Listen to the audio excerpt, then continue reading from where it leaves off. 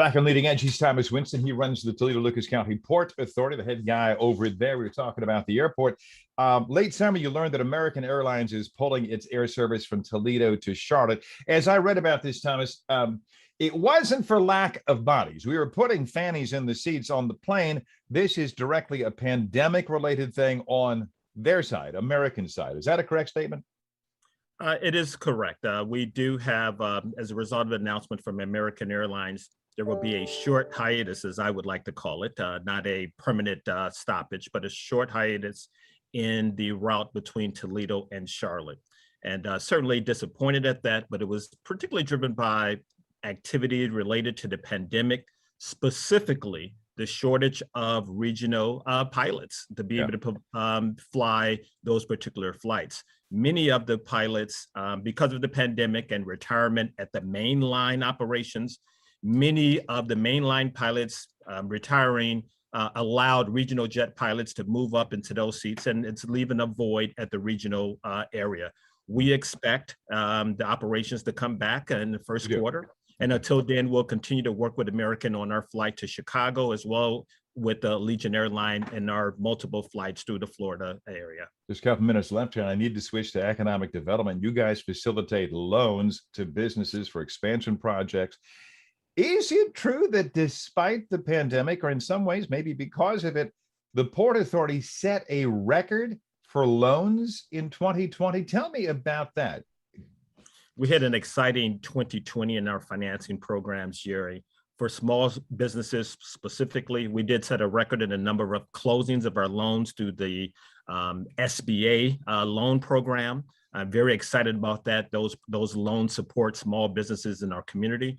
We also had a record year in issuing bonds for many area entities such as Lourdes University, Toledo Hospital.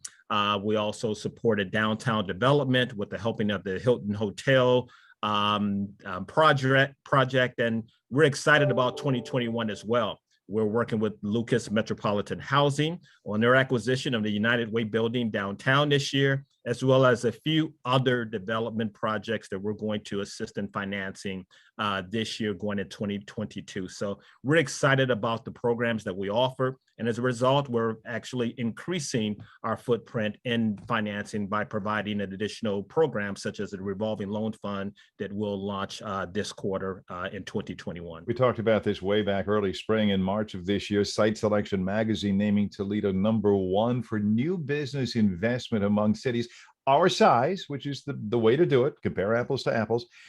How have we leveraged that recognition in attracting new business development to our town?